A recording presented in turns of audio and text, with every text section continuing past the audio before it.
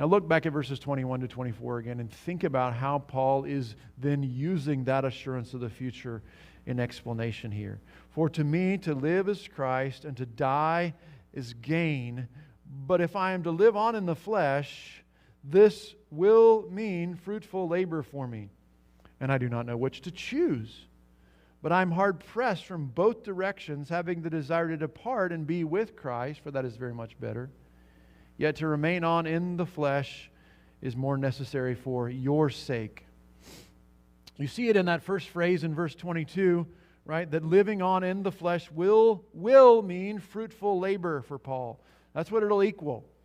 You see it again at the end of verse 24, where he came back to the idea of remaining alive. There's this dilemma between dying and remaining alive. And he comes back to that side of it, remaining alive in the flesh. What will it mean? It will mean he is alive for their sake.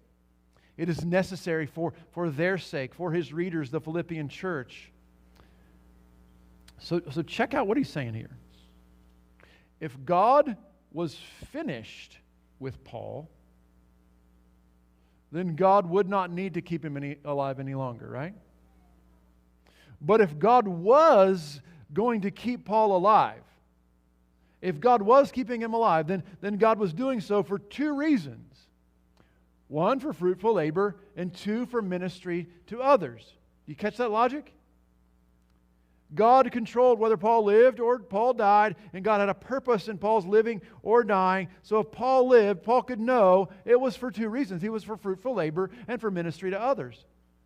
And Paul knew that, not because God had wrote it in the clouds or whispered it in his ear or gave him some special formula to calculate it out, what he would figure out about his life. No, Paul knew that because that's what Scripture gives as God's purpose for every believer, for every Christian.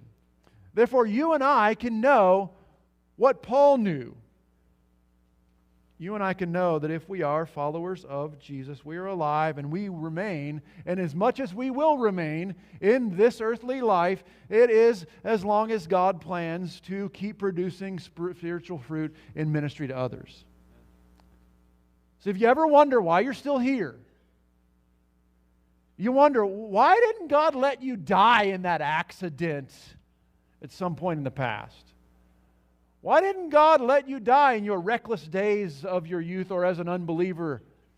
Why are you still living despite your age or your health issues? Why are you still here? Well, here's why. God is producing spiritual fruit through you as you serve believers and unbelievers in the way He's commanded you. As we mentioned 2 weeks ago, that may include your prayer life, even if you feel like you're not able to do much more than that. But we should not assume that our lives don't matter that much, or that God is finished with us until we've already died. Until we've already departed, then we're finished. And it's in that sense that we know God's plans for the future, generally from Scripture, and we can wake up excited for each new day and what God will do with us. Think of God's promises and purposes in that way. Thoroughly know what He's doing and what He's said so that you can look at the future expectantly.